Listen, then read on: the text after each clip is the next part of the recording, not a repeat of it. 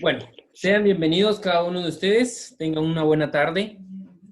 Espero de que se encuentren de la mejor manera posible. Le damos gracias a Dios por un nuevo día más, ¿verdad? El día de hoy vamos a estar impartiendo el curso de mecánica automotriz. Sergio Sebastián a la orden. Entonces, el tema de hoy va a ser... a ver, en la guía 2, ¿cuál fue el tema que se trabajó?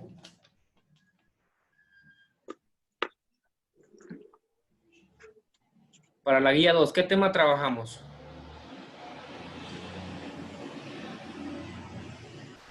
Las Sí, profe, las herramientas, profe. herramientas, profe.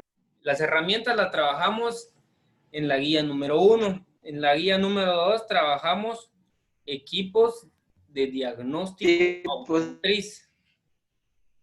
Bueno, entonces el día de hoy el tema será equipos de diagnóstico, ¿verdad? herramienta, profe. ¿Perdón? Vamos bien ahí, ¿verdad? Perfecto. Muy bien, les voy a compartir un documento en el cual vamos a trabajar el día de hoy. ¿Logran ver el documento? Sí, profe. Sí, Sí, ¿Logran profe. verlo?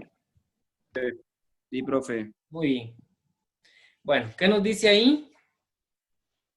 Equipos de diagnóstico automotriz. Exacto, equipos de diagnóstico automotriz. Muy bien. Entonces,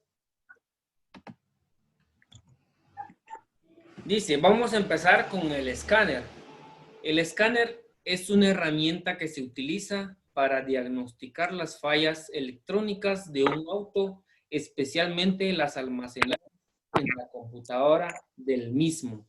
¿Qué nos quiere decir? Tenemos la imagen de un escáner y tenemos la imagen de una computadora. ¿Logran verlo? Sí, sí, Sí, profe. muy bien. Entonces, nos dice que es una herramienta que se utiliza para diagnosticar fallas. Entonces, ¿qué es lo que va a hacer un escáner automotriz?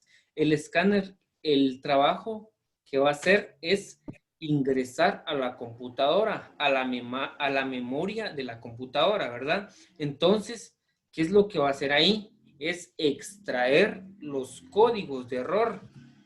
Aquí dice que van a estar almacenadas en una computadora. Significa que la computadora va a grabar un código de error. Entonces, la va a guardar en su sistema, ¿verdad? En su memoria. La va a almacenar para que posteriormente, cuando, para cuando ingresemos con el escáner, automáticamente nos dé a conocer qué códigos de error tenemos. Si tenemos, ejemplo, falla en un sistema eléctrico, fallas en algún sensor, ejemplo, un sensor del CKP que va a ser el sensor del cigüeñal, en varios tipos de sensores, ¿verdad? Entonces, ese problema nos va a leer el mismo escáner. Entonces, ingresamos a la computadora y vamos a verificar qué códigos de error, ¿verdad? Entonces, la computadora le dice automáticamente al escáner qué problemas tiene el vehículo. Entonces, en este caso, a este sistema le vamos a llamar sistema OBD2. Sistema OBD2. ¿Me voy a entender? ¿Sí o no? Sí. Aquí estamos. Miren acá, tenemos OBD2. Entonces, ¿qué significa? Dice que ese sistema, con medidas más estrictas que se tomaron en los límites de emisiones de gas, se introdujo al mercado en 1996. Entonces, en ese año se introdujo este sistema de diagnóstico OBD2. ¿Qué significa? De que con el OBD2 ya podemos utilizar un escáner automotriz, ¿verdad? como lo pueden ver en la pantalla, un escáner, una tablet, es como un teléfono, ¿verdad? Entonces, tenemos acá el sistema de OBD1. Entonces, ese sistema significa, nos dice que para reducir la contaminación del aire, se introdujo ese sistema del OBD1, sistema de diagnóstico a bordo, ¿verdad? Entonces, se determinó en 1988 para todos los vehículos. Se les introdujo ese sistema de OBD1. Entonces, ¿para qué servía? ¿Para qué, en qué nos iba a ayudar, verdad? Entonces, dice que en los automóviles de gasolina, el OBD1, que significa un sistema de diagnóstico a bordo, nos servía para controlar los límites máximos de emisiones y además un autocontrol a través del dispositivo de mando electrónico. Entonces, ¿qué significaba? Que el conductor podía saber qué problemas tenía su vehículo al momento de manejar, ¿verdad? Entonces, dice que para ello se le introdujo, se le impuso una lámpara. ¿Para qué la lámpara? Una lámpara indicadora, ¿verdad? No sé si alguno de ustedes ha visto de que hacerle diagnóstico a un OBD1 o al sistema de OBD2. ¿Alguno de ustedes ha visto ese sistema o ha verificado alguna vez? Yo sí no, profe. No, Yo, ninguno, quizás profe. con su No, no. papá al momento de ir a un taller, ¿verdad? O me imagino, ¿verdad? Bueno, entonces, ¿qué es lo que vamos a hacer con el sistema OBD1? ¿Cómo se diagnostica? En este caso, en el OBD1 no vamos a poder introducir un escáner en esos tiempos, ¿verdad? En el tiempo de 1996 no se tenía todavía un escáner, ¿verdad? Como para indicarle a la persona, ¿verdad? Que tal pieza está dañada, tal equipo electrónico está en mal estado, ¿verdad? Entonces, este sistema lo único que hacía era indicarle a través del tablero, pero antes de había que hacerle una conexión. A la par del motor viene, vamos a hablar en este caso en un Toyota, un 22R, ¿verdad? Que comúnmente lo conocemos. Entonces, en este sistema va a traer una pequeña cajita, ¿verdad? Entonces, donde se le va a hacer toda clase de prueba que necesitemos dentro del vehículo, ¿verdad? Incluyendo ello, ¿verdad? Cuando, ejemplo, vamos en carretera y se nos prende la luz de check. Ustedes sí han visto esa luz, ¿verdad? Una luz de check. Entonces, ¿Qué? sí, check engine, ¿verdad? Entonces, Ajá. la luz va a empezar a parpadear. Entonces, ¿qué significa? De que tenemos un problema en el vehículo, en el motor, ¿verdad? En el sistema eléctrico. Entonces, ¿qué es lo que hace el mecánico? En vez de conectarle una computadora o un escáner automotriz, como esos tiempos no existían aún, entonces venían y le puenteaban esta cajita, ¿verdad? En esta cajita van a encontrar varias entradas para pines. Entonces, va a haber una que se va a llamar E1 y otra que va a tener el nombre de TE1. Entonces, en esas dos entradas es donde se va a poner un puente, o sea, un cable, ¿verdad? Entonces, ya introduciendo ese cable ahí en esos dos orificios, se va uno automáticamente dentro del vehículo para verificar en la pantalla donde le va a indicar a usted el check. Entonces, en el tablero. Entonces, al momento de darle switch, automáticamente el check va a empezar a parpadear. ¿Y cómo vamos a leer nosotros esos códigos de falla? Un parpadeo muy corto va a valer 1 y un parpadeo largo va a valer 10. Entonces, ¿qué significaba? Si nos daba 2 parpadeos largos, ¿cuánto tendríamos? 20. 20, exactamente, tendríamos 20. Y si después nos da un parpadeo corto, ¿sería un número? 2. No, sería un 1. número 21. Entonces, nos estaría tirando un código 21, ¿verdad? Entonces, posteriormente nosotros vamos y averiguamos qué código es el número 21. Entonces, ejemplo, nos va a tirar sensor de oxígeno, ¿verdad? Entonces va a significar de que el sensor de oxígeno va a estar en mal estado. Entonces, ya nos tiramos a la parte del motor. Entonces, ¿qué hacemos, verdad? Verificamos dónde está ubicado el sensor de oxígeno como punto número 1. Punto número 2, miramos si las conexiones están bien conectadas. Si en algún dado caso están bien conectadas, entonces vamos a verificar las señales del mismo, ¿verdad? Entonces, si en dado caso ya no dará las señales que necesitamos, entonces en ese caso sí, ya daríamos un diagnóstico de que es el sensor de oxígeno en mal estado, ¿verdad? Entonces, pero previo a ello, tendríamos que hacer un diagnóstico, ¿verdad? ¿Qué es lo que vamos a hacer con el OBD1? Entonces, ya nos tiramos a OBD2, que se introdujo en 1996. En ese entonces ya se empezó a crear lo que son los escáneres automotrices, ¿verdad? Entonces ya teníamos nosotros el aparato, ya se nos hacía muy fácil, ya no teníamos que ir y puentear, ¿verdad? Poner un cable entre este y este, ¿verdad? Entre E1 y TE1. Ya no teníamos que hacer eso. Simplemente conectábamos el escáner automotriz al vehículo, conectábamos el escáner y la computadora era quien le daba la información al mismo escáner y el escáner era el que nos brindaba esa información, ¿verdad? Ejemplo, nos decía directamente, falla de señal en el sensor de oxígeno, falla de señal en el sensor del cigüeñal, falla de señal en sensor del eje de levas.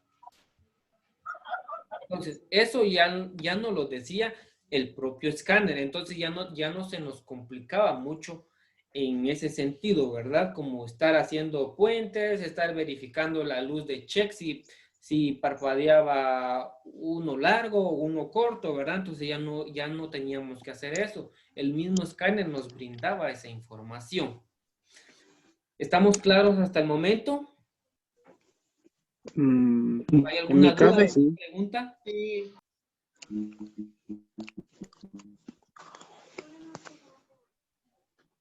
A ver. En mi caso está todo bien, claro. ¿Está todo claro? Muy bien, gracias. Los demás jóvenes, ¿todo claro? Con el sistema Sí, de profe. diagnóstico OBD1 y Sí, OBD2. profe. Sí, profe. Muy bien, perfecto. Entonces pasamos al siguiente. ¿Cuál es el siguiente? Es el multímetro. Entonces, el multímetro, como bien lo dice el nombre, multímetro de multiusos. Entonces va a tener varios trabajos, ¿verdad? Como por ejemplo, va a medir resistencia, va a medir tensión, va a medir las corrientes, ¿verdad? Corrientes continuas y directas. Nos dice que es un instrumento eléctrico portátil para medir magnitudes eléctricas como corrientes y resistencias. Las medidas pueden realizarse en corriente continua y corriente directa. El mismo escáner va a traer esas opciones, ¿verdad? Anteriormente había un aparato para medir voltaje, uno para medir el amperaje, otro para medir resistencia, ¿verdad? Entonces venían divididos, se complicaba el asunto, pero en este caso ya no, sino que van a venir los tres o varios en uno solo, ¿verdad? Como lo es el multímetro en este momento. Entonces nos va a ser de mucha ayuda, ¿verdad? Solo marcamos, acá en la parte del centro, marcamos la estación que necesitamos, ¿verdad?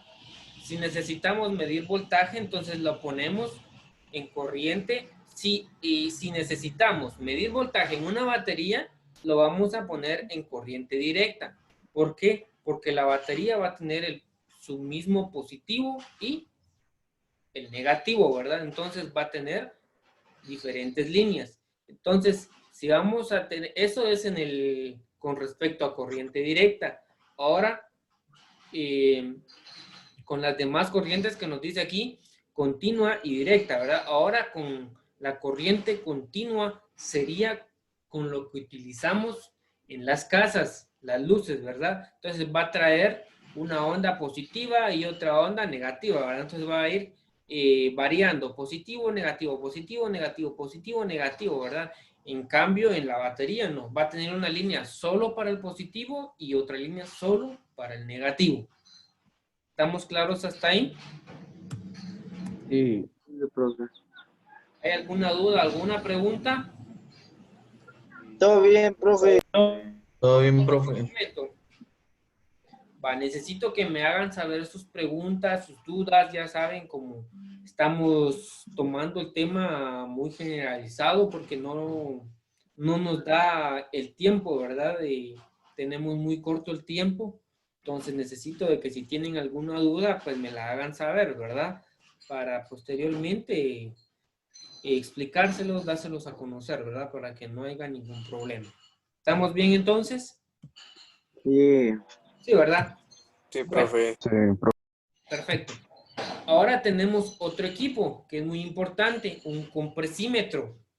El compresímetro es una herramienta para medir compresiones que un cilindro proporciona al momento del arranque, ¿verdad? Entonces, cada cilindro nos va a proporcionar ciertas compresiones, ¿verdad? Estábamos hablando anteriormente sobre los 4 tiempos de un motor. Entonces vamos a tener admisión, compresión, explosión y escape, ¿verdad? Pero uno de ellos, o el que necesitamos, va a ser el compresímetro, ¿verdad? Para medir uno de los 4 tiempos de un motor, que va a ser el tiempo de compresión, que es el número 2. Entonces vamos con este aparato, con este manómetro, vamos a verificar cuánto tiempo, cuánta compresión vamos a tener dentro de un cilindro. Entonces, conectamos esto donde van las bujías. Entonces, automáticamente le empezamos a dar start al motor. Entonces, automáticamente nos va a generar compresiones dentro de un cilindro, ¿verdad? Entonces, en este caso, el manómetro nos va a indicar las compresiones que van a tener el mismo, ¿verdad? Vamos a ver otra presentación para indicarles sobre la medición. Por ejemplo, tenemos un programa donde nos tenemos que guiar de ese programa, ¿verdad? Sobre técnicas del fabricante. Entonces tenemos acá un programa que nos va a decir cuánto tiene que tener de compresión como mínimo y máximo un cilindro. Entonces vamos y le damos, vamos a querer una Toyota de 1996, una RAV.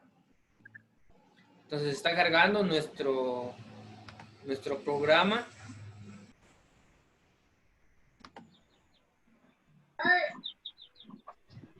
Entonces vamos a venir acá en esta página engine de motor y nos venimos hasta especificaciones.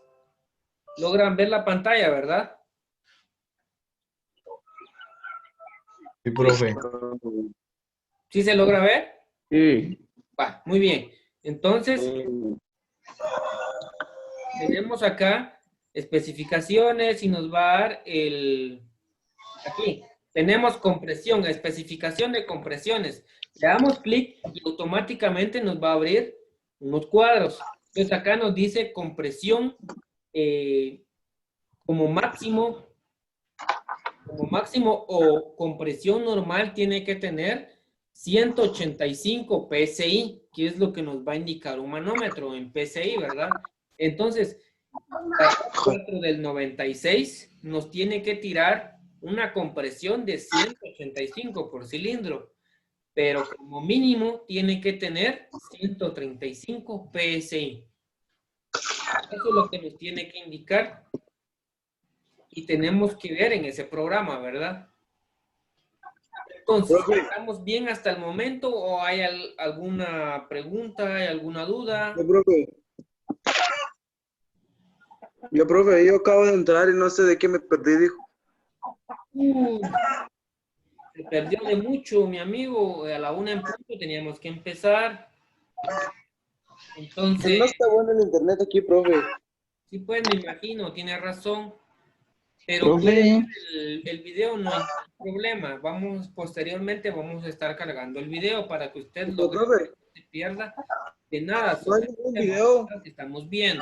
Entonces, creo que ya va a finalizar nuestro tiempo, jóvenes. Espero de que todo haya salido de la mejor manera posible, ¿verdad? De que no haya ninguna pregunta, ningún inconveniente con respecto al tema que estamos brindando el día de hoy, ¿verdad? Como lo es el diagnóstico, ¿verdad? Entonces, no hay ninguna duda, no hay ninguna pregunta. ¿Estamos claros con eso entonces? Sí, profe. Sí. Sí. Muy bien.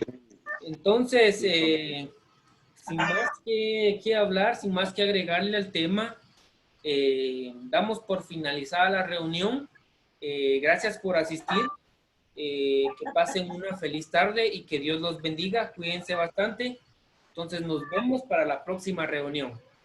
Feliz tarde. Gracias, profe. Feliz tarde. Igualmente. Gracias, profe. Gracias, Igual. profe, igualmente. Gracias, profe, igual.